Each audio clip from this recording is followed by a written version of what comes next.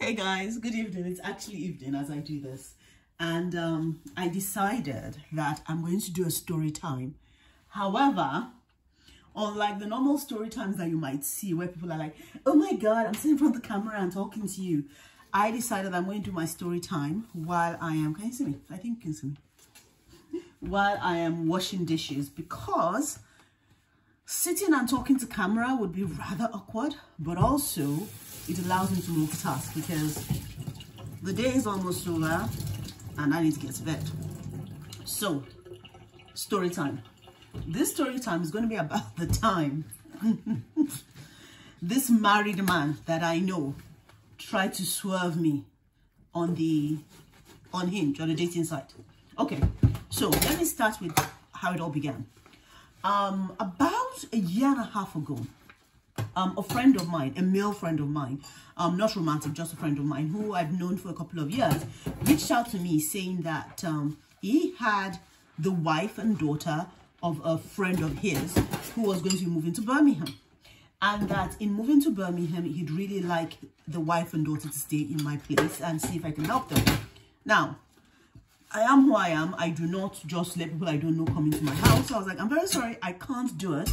However, very happy to advise on, where you can stay in Birmingham, where you can live, the best areas for living, and things of that sort. And of course, when they now arrive in Birmingham, I'm happy for them to, to reach out to them and help them with, helping maybe find a job, helping with goods, things for the house, things like that. So he was like, oh, okay. There was a bit of, oh my God, can't you help? And I was like, I'm very sorry, no, I can't. I'm just not comfortable with people I don't know coming to my house. Now, fast forward a couple of weeks later, the family had now arrived in Birmingham. They had found a place to live. I had communicated with the wife a couple of times. And I said, listen, I know you've settled down and you found a place. How's everything? She said, oh, it's good. My husband is here. We're settled in fine. I said, okay, fine. Well, I do have a few things I think I can give to you to help you with the settling down process. And of course, sorry I couldn't house you, but it's just who I am. But can I bring these things to you? And she was like, yeah, sure, cool. I'd really appreciate it. And gave me their address. Fine. Went down. When I arrived, she wasn't around, but because I think she was in school or something, because she came to study. But her husband was, and I met the husband, met the children. I was like, oh, hi. Just a nice, simple conversation, because bottom line is these are people that just arrived in Birmingham. They don't really know anybody. I was like, okay, fine. I'm a big supporter of, people, knowing people. So I spoke for a while. I think I was in the house for about, I want to say 30 to 45 minutes talking to him and the daughters, primarily him, though I'm not going to lie, because the daughters were doing other things. However, I also stood up near the door because I don't want anybody getting ideas about my relationship, particularly since I never met this guy before in my life. So this happened. We exchanged numbers, the husband and I, because the wife had my number. Actually, no, the wife had given him my number because he had called me when I was trying to confirm where their house was. So she'd given me the number. We spoke. I was like, okay, yeah, listen, you and your wife, reach out to me if you need anything while you're here, and I'll try to help. His wife called me a couple of times, but then he started calling more frequently. And I was like, okay, how can I help? He was telling me about the business, him working or him trying to work. For context, by the way, just a bit more context. They were coming from Nigeria. They were not just moving from one city to another. They were coming from Nigeria to the UK. So I was like, okay, this is what I think you can do based on your experience. These are the things I think make sense for you. And I'd advise as much as I can. Then he started asking, oh, can we meet up? Can we meet up? Can we meet up? After I started working. Now, for those who know me, you all know I don't hang out at night. I come to my house. I don't have that issue. So I told him, listen, I work in town. These are the days I'm in the office. If you want to meet when I am in the office, we can go have coffee or something. But I'm not going to be, I can't come into town when I'm not working. Then I was like, oh yeah, sure, let's do that. He was like, okay. I said, fine, okay, I'm going to be in the office on this date. What time do you want us to meet? He was like, oh, can we do 11 o'clock at night? I was like, eh? 11, what is going out? What is going on in the world that requires me to be out of my house at 11 o'clock at night? on a weekday when I am not a child. I was like, no can do. So this is how the conversation went a couple of times. And then he called me back because he wanted some more advice about work. I replied to him. I called his wife because I found a potential opportunity for her. She replied to me. So there was conversation going on. So here. So what we've established here is this. I know the wife. I know him. I've spoken to both of them about different things to do with their careers, about settling in Birmingham. And on various, and they obviously both know that I know that they're husband and wife.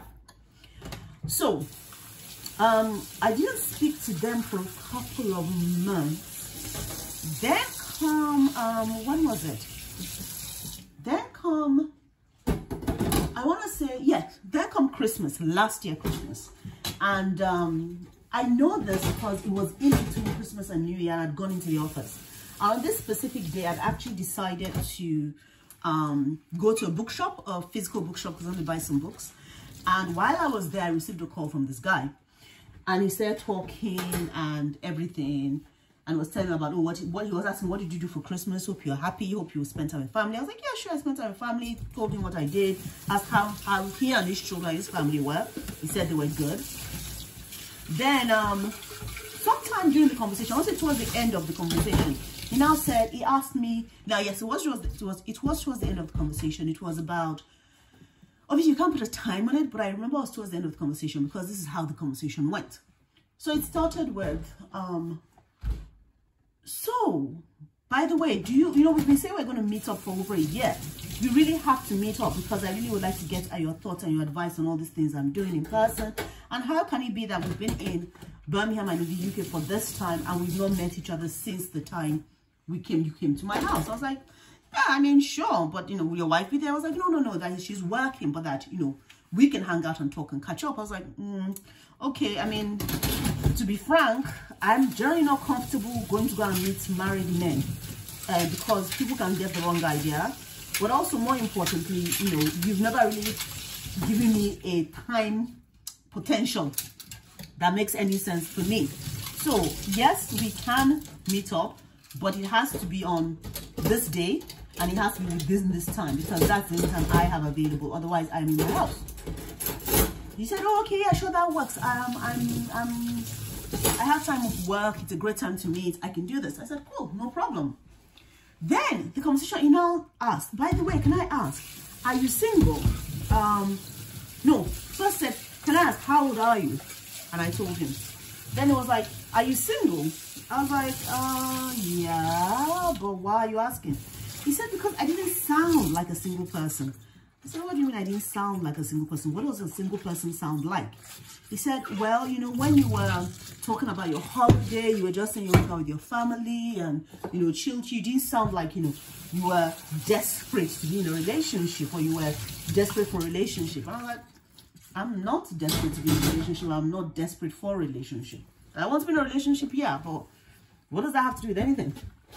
It was not like, oh, that, you know, it's just I don't sound single. I said, so how do single people sound? He said, well, you know, his friends that are single, when you ask them about what did you do for your holiday? 1 second. They'd be like, oh, you know, I was alone, but I spent some time with the family. And, you know, we thank God. But, you know, it'd be nice to have somebody. And I was like, I don't see being single as an impediment to me having fun in my life. My life is not predicated on the fact that I'm in a relationship. And I would never speak about myself or the time I have because I enjoy my time. I enjoy hanging out with my family. So for me, this is a non-issue. He now said, okay, well, you know, he hopes you didn't upset me, blah, blah, blah. I was like, you didn't upset me. I think it's a ridiculous thing for you to upset, but you didn't upset me. So what we have now done is we've established that he had been trying to go out, you know, ask me out for coffee and tea. Now, in retrospect, I say go out because of what happened afterwards. And he also established that I'm single and he seems to have had some thoughts about me not sounding like a desperate single person. He also knows my age. So, this was on a Friday. On a Saturday, I'd gone to my sister and brother-in-law's. And this is because my sister and brother-in-law run my digital dating profile. Yes, let me repeat that. I just realized that most people might find out. My sister and my brother-in-law run my digital dating profile. And I could give you like a whole story as to why that is. If you let me know if you like, if you're interested in that. I don't think you really will be. But so they run my digital dating profile. So on this Saturday, I had gone to their house and was like, yes, come and do your job. Give them my phone. They now came back and were going through the likes and pictures and all those sort of things. And said, oh, look, there's a Nigerian on here. Cool, there are Nigerians everywhere. His name is blah, blah, blah. I was like, that's interesting. I just spoke to blah, blah, blah the other day. But I didn't think anything about it. I was like, yeah, sure, whatever. Then they're like, oh, guess what? His job is a blah, blah, blah. I was like, say what? Repeat that. His job is a blah, blah, blah. I was like, stop. Let me see that profile. Because for you to be Nigerian with that name and to have the job was just too much of a coincidence. So I look at picture and guess who is there? Mr. Man. Yeah, so I was like, I know this guy. I know this guy. He is married. He has children. I had met his wife and children. What is he doing? Liking my profile on Hinge, on a dating site. I said, cancel this guy. Cancel him. I cannot go into Wahala. They cancel it. Now, I still have to meet this guy on Tuesday. So I tell my sister and brother-in-law the story about this guy, about the fact that I am actually meeting him on Tuesday. And you know something? We all agree that I need to find out what the hell is going on, because I cannot let someone come and destroy my name in this city of ours over stupidity that does not concern me. So come Tuesday, I go to where we're meeting. I arrive a little bit late and the guy is already sitting there. And when I come in, I go straight up to him and I say, might I understand why it is that you're liking my picture, my profile on a dating app? First thing he said was, I did not like your picture and your profile on the dating app. I was like, what do you mean you don't like my picture or profile on dating app? I know you like my picture on a dating app because this is your name, these are your details. You didn't like it. He now went with, oh, well, what is your dating app? Let me see it. And I showed it to him. He said, well, I don't recognize you. I was like, what do you mean you don't recognize me? He said, well, you know, you look different from when we first met. And we haven't seen each other in all this time. I said, I may have looked different when we first met because at this point I had cut my hair. However, there were pictures of me with my hair longer in my picture dating app because I'd cut my hair very recently. So this picture was, I only had one picture with me with my hair short. Every other picture was a picture of me with my hair the length it was when you originally met me. Then he was like, I didn't recognize you. I was like, well, that doesn't make any sense because this is obviously the case. And then it was not like, well, my wife and I are actually separated. I said, what do you mean your wife and you are actually separated? Are you not living in the same house as your wife right now? He was like, well, yes. We separated in Nigeria before we came to the UK. And we are just, you know, we decided to come to the UK together because she had applied for her study visa and everything at the same time. So because of visa issues, we had to come together. I said, okay, fine. I get that you had to come together. But to my knowledge, you all are dating. You all are living in the same house. I said, oh, well, we're living in the same house because of the children. I said, isn't that what most married couples do? Don't they live in the same house because of the children? He says, yes, but, you know, our relationship is different, you know, because it's just because of everything that happens that we are here together. I didn't want to come to the UK. I said, I guess you didn't want to come to the UK, but you are still in the UK. You are still living in the same house as your wife or your supposed non-wife. And you are randomly liking my picture on social media. He now says, oh, don't be mad. Why did you come in all crazy? I was like, don't be mad. Why did I come in all crazy? I said, I'm not mad. I'm pissed. If I was mad, I'd have kicked your ass. I'm pissed because you're taking the mick out of your wife, you're taking the mick out of me, and you're behaving like a fucking idiot.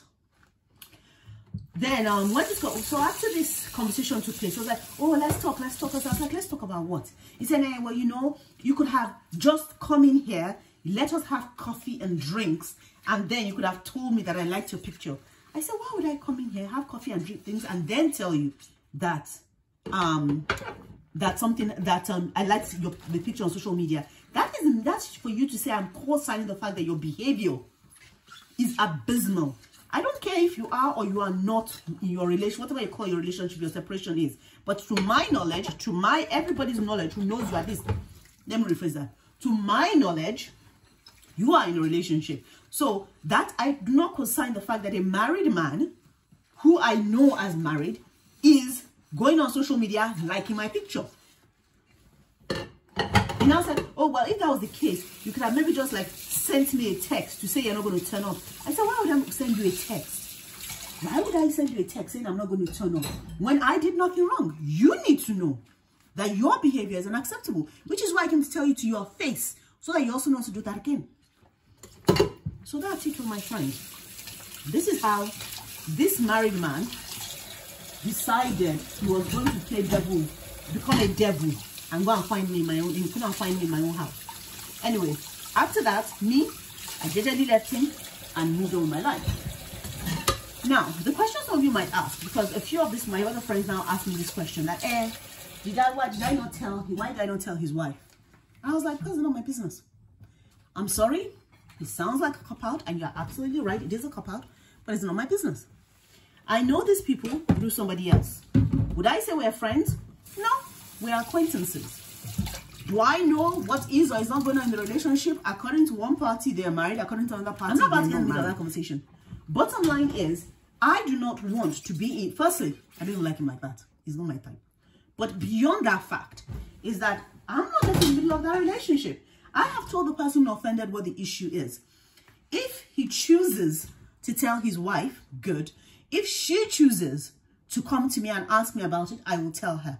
But I'm not going to go and say, oh, your husband did this to me, so blah, blah, blah. No, we don't know each other like that.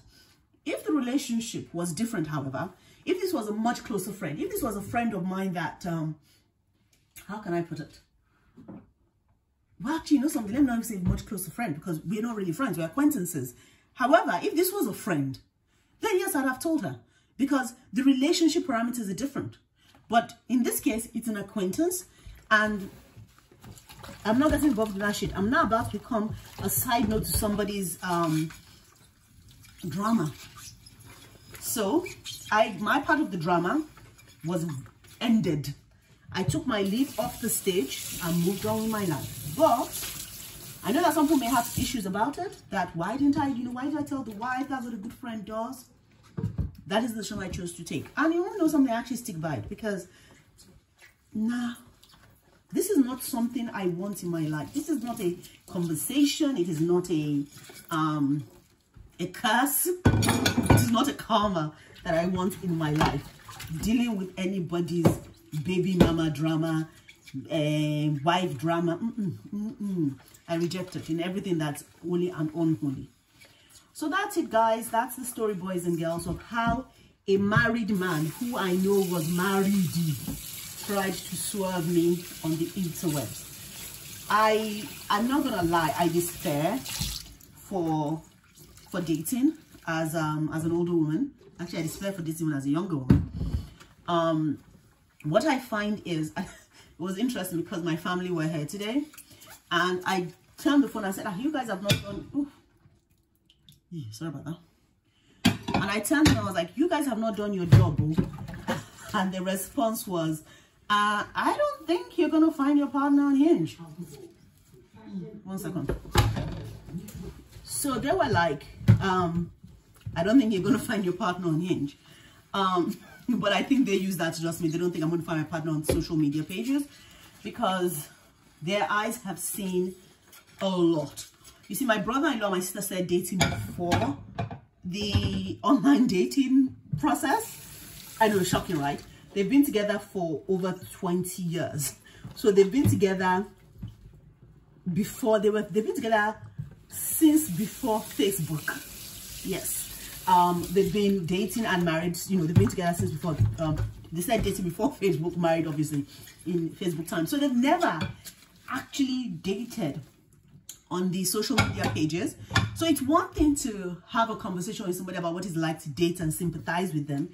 It's a totally different thing to actually experience what dating is like on social media pages based on the behavior of the people on there. So I think for them, they're like, you're not going to find anybody on this platform, because everybody on this platform is kind of like a douche. But that's a story for a different day, right? So yeah, guys, that is my story time. First time doing a story time. Hope you enjoyed it. As usual, I always ask this and I feel a bit embarrassed asking it, so me saying it again is obviously do like, do subscribe, to share, and do comment. I really would like to hear your thoughts on if you've had a similar experience, like if you've had like an experience where well, some guys try to swerve you online, right? Let me know. I look forward to hearing back from you soon. I shall catch you on the next video, which will be a vlog, my next vlog. And I don't know what my next thing is going to be, but I shall let you know. Take care, guys. Bye. I'm gonna go back to my dishes now.